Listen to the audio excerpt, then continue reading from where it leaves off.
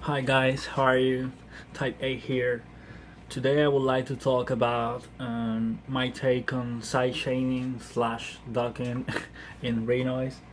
A friend on the Renoise forums in the community, the same person that asked me for the automation video, he also asked for a video about sidechaining because he seems to like the way I do the docking in my songs, and it's really simple. First thing I want to say is that Renoise doesn't have proper side chaining because the built-in compressors don't have the sidechain input, so you can take the incoming signal of a sound and process it and use it to dock the other sound. But instead we have the meta devices, and one of them is the signal follower. And as I read sometime, I think the signal follower process the incoming, the dynamics of the incoming signal in basically the same way a regular or traditional compressor does its job. So really, I think that one of the most important aspects of the docking is the source you're going to use as a trigger, because a lot of people tend to think that you can use any kick, any snare to make it work, but you need to take into consideration the release time of this trigger signal. The longer the release time, this is going to affect the time the instrument you're docking is going to recover after it's been like hard. The volume's cut it down every time the kick or the snare sounds.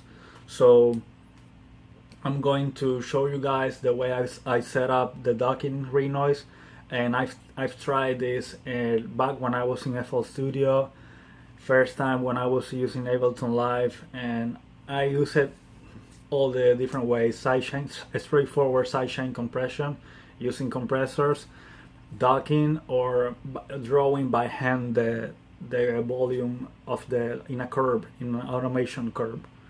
And ignore the other. I mean, how can I explain that? In all the ways that I've seen, I've tried, I like the implemented in Renoise. This is what I like the most. It's because I think that it's really hard to set up, and actually I did it just the first time, then I saved it as my template, my initial template, every time I start a new session. And I just did it just one time, and it works perfectly, and I'm going to show you right now. Okay, so first I want to show you an example of some chord kick and a bass sound that I'm trying to show you guys in this short tutorial. And okay, without the docking sidechain, it sounds like this.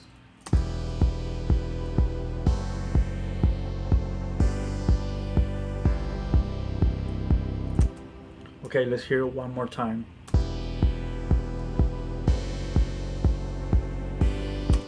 This is without the sidechain. Notice how the kick's not prominent, even though it has like this particular like frequency that he's hitting, but you don't get the pumping feeling when you listen to it. Now let's listen with the sidechain. I mean the docking. You instantly hear the difference. Let's mute the kick. Sorry, let's mute the kick.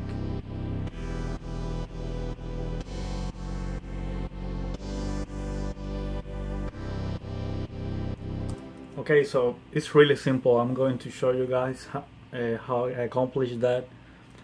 As I was mentioned, for me the most important aspect is the trigger signal, and I have it right here. A regular kick sample that I like to use is this kick sound, electro kick. It sounds like this by his own. But as I was mentioned, the release time is really important, so I have like a really standard kick sample.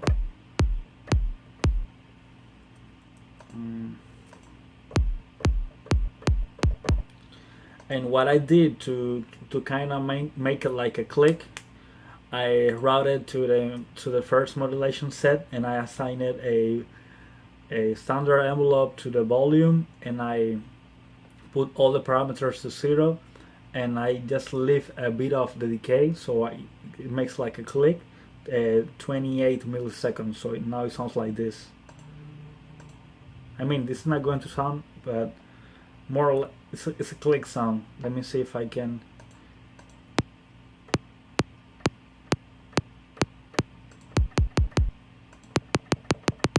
Simple click sound. So in order to make the docking work, you just need to route this instrument, this trigger instrument, to a track, put a gainer device, signal follower on the Hydra, and after you've done that and you routed the instrument to these devices, it's going to work perfectly. And notice that I completely increased the gain in the gainer device, because each time I hit, I just want the trigger signal to fill completely this meter right here, so it sweeps completely the range in the input signal of the Hydra, the input of a horizontal fader in the Hydra. So the Hydrometer Device, it acts like a container of different macros, different controls that you can assign through all the entire project, and it makes this input device sensitive to modulation. Like for instance, the signal follower, I'm routing the signal coming from the trigger to the signal follower. It's going to process it, and then I'm going to affect the input knob in according to the trigger signal. So it's just a click. Let's hear it one more time.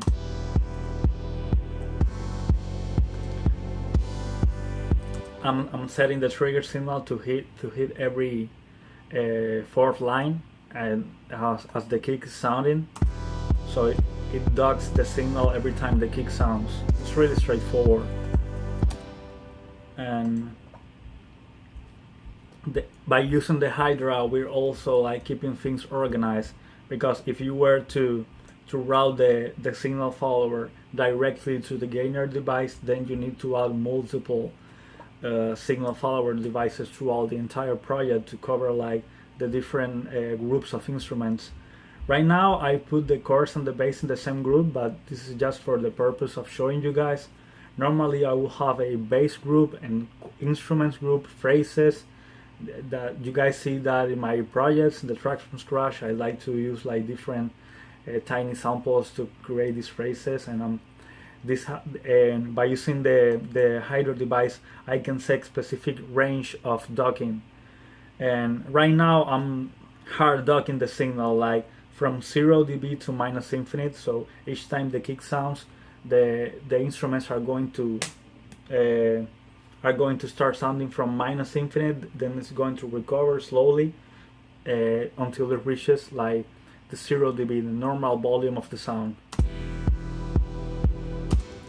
Extra control we have with the Hydra, the scaling curves right here are like, I mean, we have it first time in the signal follower, but if we change it right here and not to linear, it's going to affect the rest of all of the controls in the Hydra.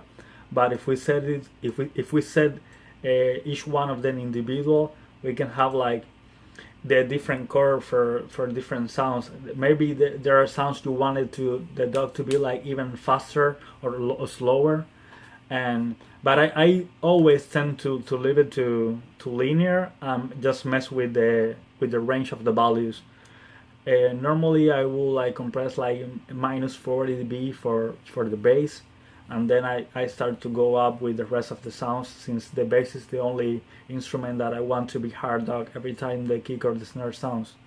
And normally when I'm trying to make like some kind of music, but like some dance related, some dance feeling in the mix, like the rest of the tracks from scratch that I did.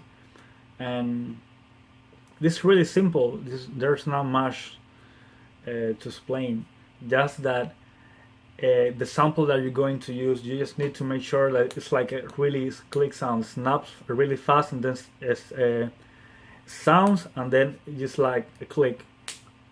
Something that is not going to affect the release time in the signal follower. It's not going to make it harder for the other instruments to recover after they're being dug. So this is the way I do it, and I'm really like comfortable with this particular method because, as you guys can see, this is something you can set up really fast, and once you open the project and you have it right there, you just go straight and make sound design, arrange your song, and you don't have to worry about it. Just you need to select the instrument trigger, place it in the position, the lines where you want it to hit the signal, and that's it for docking. It's really simple. You just need to adjust these parameters, whether you want the dock to be more drastic or softer. Also, because we're using an external instrument, not the kick, not the actual kick or the snare of the sound, we have a bit of extra control because we can use the volume column to also affect the trigger signal. I mean, if we set all of these parameters to -infinite, we still have like, I mean, I can put this in 10. Let's put it in 10, and you see how it's going to sound right now. You guys can see the Hydra input not sweeping the entire range. That's because we're basically telling it to sound softer, not completely like the full volume of the instrument. If we delete that, and it's going to be like previously showed you guys. Yeah, that's it for sidechain / docking in Renoise. I hope this is helpful to you somehow. And the same person that asked for this tutorial also asked for some kind of multiband sidechain in docking, and I don't particularly use this technique in mixing. Maybe if I can come up with something, but for sound design, if I want to create a really complex sound with DUG in different frequencies, using different source signals for trigger the DUG, but that's it. As for the mixing part, this is the only utility I use to kind of shift that effect in my sounds. And every time I started a track from scratch, I use it that way. So that's it for this video, guys. Hope this is helpful to you. Leave comments. You know what to do. Peace.